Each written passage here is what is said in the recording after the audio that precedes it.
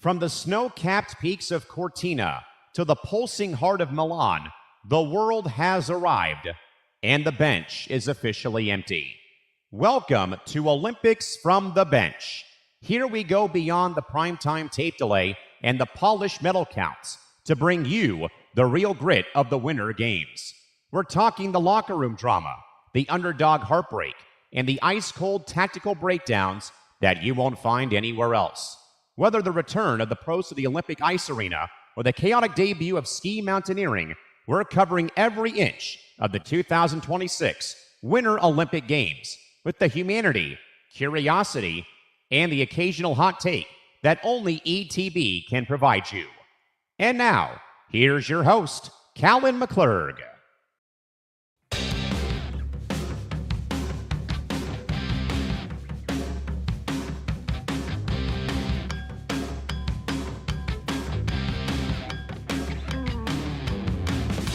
It is a night and day where Olympic history shifted from the aspirational to the immortal. We witnessed the coronation of a snowboarding dynasty and a clinical masterclass from the fastest man to ever wear a Wisconsin accent. It is officially a full week. It is day number 7, my friends, of the 2026 Milan-Cortina Winter Olympics after an off night last night. We are back for Olympics from the Bench right here on ETB, live across YouTube and hopefully on Twitter this evening here from the home studio in San Diego. As always, everybody, Callan McClurg is back with you here. Again, took last night off, back here today to regroup and get ready for what will be day number 8 of competition for Milan-Cortina. And today on this Thursday, February 12th, we didn't just see athletes compete, we saw them ascend. Chloe Kim drops into a frozen cathedral in Livigno and do what no other woman has done, securing 3 consecutive Olympic half-pipe medals. But while Chloe was flying in the mountains, Jordan Stolz was busy turning the ice in Milan into a scorched earth policy and bagging his second individual goal, while the men's hockey team got underway and overcame 2 disallowed goals to put on a clinic against Latvia. The American bench is officially empty because everyone now is on their feet. Again, folks, here on Olympics from the Bench, we do our best to bring you a 30-minute debrief of all things going on in Milan-Cortina to recap the day and, of course, get you set, though, for day number 8 and the next day of action as well here on the Empty the Bench Network. Of course, find us on social media. We're at ETB Network. And, of course, subscribe today over at youtube.com/ETB Network. Again, as we continue to grow those watch hours and get closer to 4,000 watch hours as the time does roll on. But hopefully you can find us, though, on Twitter or on YouTube here for the next roughly 27 minutes and change. Leading off our coverage, folks, Chloe Kim's legendary three-peat as Team USA's own Chloe Kim becomes the first woman to win 3 consecutive Olympic medals in the half-pipe event, a flawless first one of 94.50, featuring back-to-back 1080s and a frontside 1260. Japan's Mitsuki Ono also won a medal today, which, by the way, was a great story involving Chloe and Mitsuki, while veteran half-pipe specialist as well, Carlota Castellet of Spain claimed bronze at the age of 36. You know, folks, I don't know if we have seen a American athlete probably in the winter version of the Olympics, especially for snowboarding, captivate an audience like Chloe Kim has done for the last several years in regards to, I think we all fell in love with Chloe when she was like very young. I think I recall the very infamous, in a good way, the very infamous first event she did, I think like in 2014, 2018. And it was the whole joke about her missing breakfast and wanting a sandwich. And she still had like a flawless score. And now she's gotten a bit older, obviously. But right now, though, it's still tough, I think, to bet against Chloe Kim for any event, though, in the half-pipe, 94.50, a great first run. Again, doing back-to-back 1080s and a frontside 1260. I mean, those are impossible to run, let alone landing them is one thing. Again, though, it was a very, very cool moment, though, for Mitsuki Ono, who I believe actually won a medal in this event, though, too. But the cool interaction, though, folks, about how Chloe and Mitsuki have kind of grown close over the last several years. They trained together, apparently. And when Chloe saw Mitsuki make her run, though, and how they embraced after the event was over and how cool of a moment that was, though. And again, really shows, though, where the Olympic Games are at right now. But I'll tell you what, American halfpipe snowboarding has always been one of my favorite events in general. And, I think a lot of that, though, was set with Shaun White for a long time on the men's side. And someone may have to correct me, though. Have we really seen a American female snowboard halfpipe hero that is as great, if not even better, than Shaun White? Because I think it's been tough to probably have that. And I think Chloe Kim now becomes that after these last 3 games that we've seen her compete, though, with the three medals, again, winning 3 in a row at 3 consecutive Olympic Games now. So Chloe Kim with her three-peat inside the women's snowboarding halfpipe on day 7. Inside on the speed skating track, Jordan Stolz followed up his 1,000-meter gold by conquering the 500-meter drag race. Stolz goes a blistering 34.22 to take home his second gold of these games, and the first American since the man I mentioned a couple days ago, Eric Heiden, to win multiple individual speed skating golds in the same Olympic Games, nearly edging out David Bosa of Italy and Canadian veteran Laurent Dubroy as well at that 34.22 time. And again, folks, it was pretty interesting because I tried to remember about Eric Heiden when we were last here on Wednesday, or on Tuesday, I should say, because I was drawing a blank, though, because I basically was saying, here now is our modern day Eric Heiden. Couldn't think of the guy's name, though, until, like about 10 minutes later. But for an event, though, like speed skating, where it's been so heavily dominated by the likes of either Canada or Italy or the Netherlands during the course of the women's events, though. And because I even said, though, too, last show here, that even with speed skating on the men's side, we have Erin Jackson and Brittany Bowe, for example, on the women's side for speed skating. But who would become the new torchbearer, literally and figuratively, for a men's speed skating legend? The likes of Eric Heiden, for example. Then we had Apollo Ano for a bit. And now here again, much like Chloe Kim, a new face has taken that torch now when it comes now to men's speed skating, and that is Jordan Stolz, who again wins another gold medal. He conquered the 1,000-meter and now won the 500-meter drag race, again going a scorched earth 34.22 to take home his second gold of the Olympic Games. Becomes the first American skater since Eric Heiden won multiple individual speed skating golds back in the same Olympic Games. Again, he nearly edges out David Bosa of Canada and Laurent Dubroy as well in the speed skating 500 drag race today. So congrats to Jordan Stolz with 2 medals already under his belt. Going over to the men's hockey opening round today. I got to watch the first couple of games today with Canada and the Czechs, and also, of course, Team USA playing at high noon today. It was a bit of a slow start for the American side, though. After a 1-1 first period, though, they poured it on, though, with a 5-1 victory over Latvia's national team. Brock Nelson of the Colorado Avalanche was the man of the game, bearing 2 goals in the second period after having 2 other goals in the game wiped out because of 2 brilliant coaches' challenges, though, by the Latvian head coaching staff, while Brady Tkachuk and Matthew Tkachuk both paired up for the first goal of the game. Austin Matthews and Tage Thompson also scored as Team USA beat Latvia 5-1. Obviously, the first game, though, folks, were the men, because they had a bit of a longer time to come to Milan after the NHL went on break at the very end of the first week of this month, though, with some teams ending their play on Tuesday, some ending their, and some teams ending on Wednesday, Thursday, or Friday. And that was a bit of a thing I did notice a little bit, though, in the first period, because we know that, of course, this is essentially now, it's NHL dream teams for a lot of the countries. Team USA, Canada, Sweden partially, Finland, Czechia, for example. And even though they play against each other, now it's different, though, that you have to snap out of the, I want to fight this guy, then now I got to play with this guy for the next 11 days, roughly, if not longer, as the tournament still unfolds here. And I did notice that a little bit, though, that they went up 1-0 kind of early.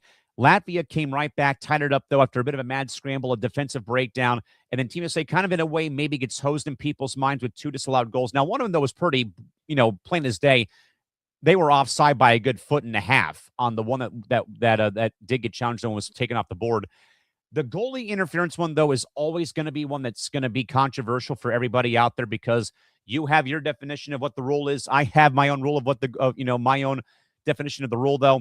But as soon as they kind of got their legs under them, though, and they probably began to, knock some rust off. Hey, they haven't played in about a week or, a week's time roughly since the NHL went on break, though.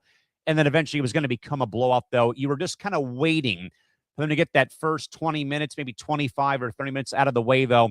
And again, 2 goals from Brock Nelson. Brady Tkachuk scores. Austin Matthews scores. And Tage Thompson also scores. As Team USA wins 5-1, though, they're currently in second place via the +4 goal differential after Canada whitewashed Czechia 5-0 in their first game of the tournament. That kicked off the morning slate of games, or the slate of games today, over in the men's hockey event, with the women resuming play on Friday as they begin bracket play finally after getting through round robin play. But to recap our opening 3 topics, though, again, Chloe Kim, 3 consecutive medals, though, in the women's snowboarding halfpipe. Jordan Stolz wins another gold medal to once again make history for the first time since Eric Heiden did this by winning individual speed skating golds in the same Olympic Games. And again, Team USA men's hockey beats Latvia 5-1 with Brock Nelson with 2 goals in the game. Brady Tkachuk also scoring, Austin Matthews scoring, as did Tage Thompson. Team USA will move on to their next game coming up in about a day's time against Denmark on Saturday from Milan-Cortina with face-off at 10 after 12 back on either NBC or on USA Network for your viewing interest. Going, folks, to the medal count after 7 days of competition. Team USA is right back in the fold and swing of things. Still down by 2 total medals, though, but they still have racked up more medals after day 7. The Norwegians still on top of the medal count, 8, 4, and 6, 8 gold, 4 silver, and 6 bronze for 18 total. Team USA, 6, 5, and 5, 6 golds, 5 silvers, and 5 bronzes for 16 total. Italy, 4, 5, and 8 for 17. Germany, 5, 4, and 4 for 13. And Switzerland, 4, 3, and 3 is where our medal count stands right now. Team USA again officially surpassing Italy in the total count and right behind the Norwegians by only down by 2 golds after their allotted time today on this Thursday. Going over, folks, to our ETB Network performance of the night goes to Team USA men's hockey player Brock Nelson, again, who probably could have had 4 goals in this game. But as I said, though, Brock Nelson had 2 goals wiped off the board, though, by the referees in the first 20 minutes. Now, again, as I kind of said, though, at the top, though, or at the very back end, though, of our bronze medal story, though, with the Team USA victory over Latvia, one of them, though, clear as day offside. The foot was not in touch with the blue line when the puck had crossed the line. Again, the second one, though, about the goalie interference, though, I get it. Again, the rule is so much, it's a wish. It's really wishy-washy about who calls it, though. So, though, for Brock Nelson, good way for him to rebound, though, after having 2 taken off the board, and still scores 2 more, despite what had gone on. Checking in, though, folks, on Team USA after another day of action, though, Jessie Diggins secured a bronze medal today in the 10-kilometer classic of cross-country skiing, collapsing at the finish line in a state of total exhaustion. Again, she made it, obviously was another big Team USA member 4 years ago in the same event, though, winning that event. In figure skating, Elisa Liu sits in 3rd place right now after a crystalline short program, trailing Japan's Karori Sakamoto heading into tomorrow's free skate in Milan. And in the skeleton, Mystique Rowe is in 4th place after 2 heats and just 0.12 off of the podium for Team USA in cross-country skiing, figure skating, and in the skeleton. Obviously, folks, there are, though, some undercurrent stories, though, away from the games, though. You probably had heard, though, about what had gone on, though, over the course of the day really early this morning with the luge event and the skeleton event, though. But, of course, the big story of the day, though, was the controversy around Ukrainian skeleton competitor Vladislav Huraskevich for the helmet he was wearing, and he was officially banned from competition right before his event was going to be starting due to the fact that Heraskevich, who was the Ukraine's flag bearer at this year's opening ceremony, is no longer allowed to compete after he refused to adhere to the IOC athlete expression guidelines per a IOC statement by wearing a helmet that depicted people killed, though, in his home country with the ongoing war with Russia. The IOC also said that Heraskevich did not consider any form of compromise and was scheduled to compete in the men's skeleton event on Thursday as a potential medal contender for the Ukraine. Again, this is due to the fact, again, that the IOC has much stricter rules, though, about athletes expressing themselves almost in wake, though, of what, of course, we know happened in the Mexico City Games in 1968.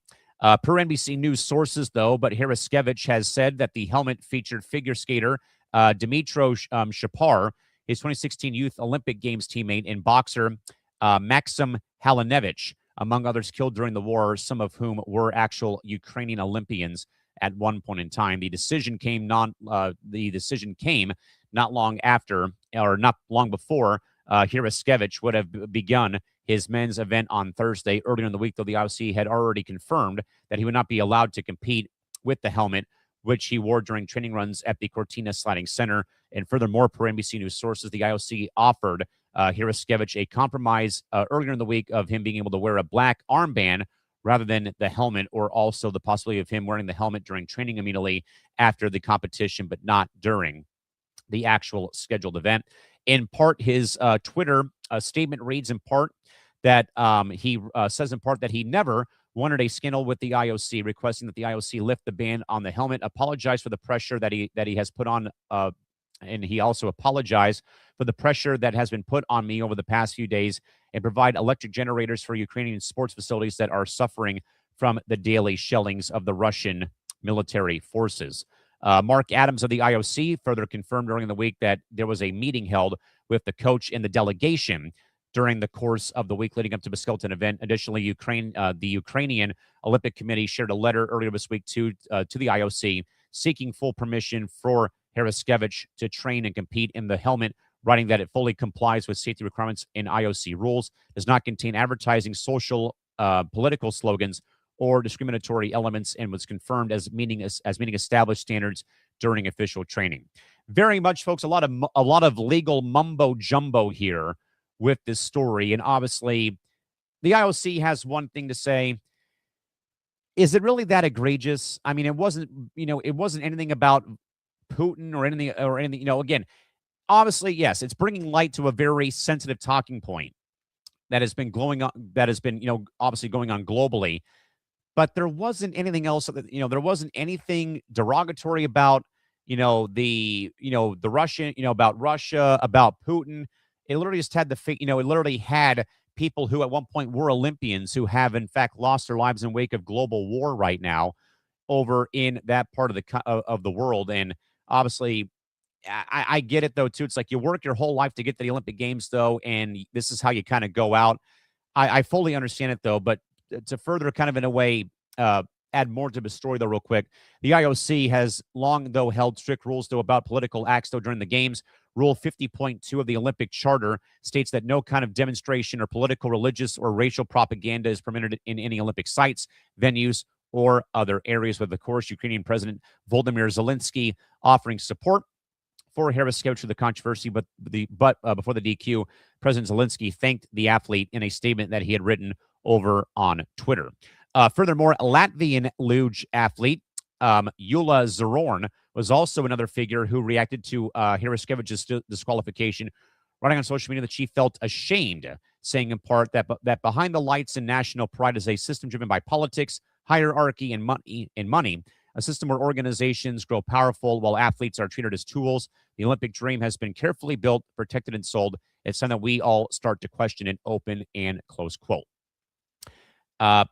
So again, folks, it's been a bit of an undercurrent today, at least, here as we end day 7, going into day 8 on Friday. It's very much, though, a very topsy-turvy ordeal. Obviously, we've seen plenty of other things that have been talked about, though, regarding these stances, though, when it boils down to athlete expression. But I also get it, though, at the Olympic Games, though, they try to keep it about the Olympic spirit in the games. So obviously we know about the episode that of course had happened involving, the comments of Boomer Esiason and the questioning, much like Nick Morrison and myself had talked about, though, about the questioning of American athletes, though, by the press at the Australian Open. Now even here again, too, with Hunter Hess of the ski team, who got asked about, what was going on. Again, these athletes, folks, are not compelled to answer these questions. We need to focus on the games here, sadly. And if you don't like what they're saying, then we can agree to disagree. I mean, what's so wrong about doing that? I'm here to focus on the games and focus on what's going on here. Will I bring up stories like this, though, because they are, in fact, a undercurrent of the Olympic Games? Absolutely. But it's also, in a way, taking away about what we should be celebrating here. Like that commercial involving, the Laker fan and the Celtic fan at the gym. We should be coming together and enjoying these games. Doesn't matter about any of the other BS going on in the world right now. We should be here regardless of stances on stuff at home or what people say about what's going on in D.C. right now with the government. Enjoy the games. That's what we're here for at the end of the day. With that in mind, though, folks, getting back on track here to what is planned for Friday. An action-packed slate begins at about 1 a.m. Pacific time. The men's 15-kilometer cross-country classic with Ben Ogden trying to hunt down the Norwegians again, as he already won a medal earlier on in the week. At 3 a.m., women's skeleton finals, rounds 3 and 4, with Mystique Rowe sliding for the podium here as well. At 5:15 a.m., the men's Super G Alpine version with Franjo von Ailman seeking a historic 4th gold medal in that event. At 7:45 a.m. Pacific time, the short track speed skating event, the women's 500 meters and men's 1,000 finals with Kristen Santos Griswold being favored in that event. At 9:30 a.m., the women's 7.5 kilometer sprint for biathlon with Lou Zamono of France is the one to watch in this event. 11 a.m. women's free skate figure skating with both Alyssa Liu and Isabu Levito, I should say, facing the music for the medals in this one. Women's hockey is back in action in the quarterfinal round. Team USA versus Italy at 1:30 in the afternoon, and at 3 p.m. men's curling. John Schuster and the boys are back in a winner-go-home scenario versus Norway at 3 o'clock Pacific time in the afternoon tomorrow. So definitely a lot brewing with where we're at going into day number 8 of competition over in Milan-Cortina. Again, it's been a very great game so far at this stage. Recapping the medal count once more, gang, after 7 days so far of competition. Norway, Team USA, Italy, Germany, and Switzerland at this rate with where things do stand. There was another update, folks, that I can bring you here regarding, and we've been kind of, again, keeping an eye on the story, though, but per reports gathered from TSN and from other sources, but Canadian superstar Marie-Philippe Poulin will, in fact, be healthy and ready for the knockout round of the upcoming women's hockey playoff round after she missed the last couple of games due to a lower body injury. Poulin did not play, though, in the last 2 games with Team USA, beating them 5-0, while they also beat the Finns on Thursday 5-0 to clinch the number 2 seed and also end the preliminary round finale. But she did, though, skate in the morning before the game at Milan's Rio Ice Arena. Team head coach Troy Ryan did say, in part, all I've heard was she was positive and felt good, and medical was pleased with it.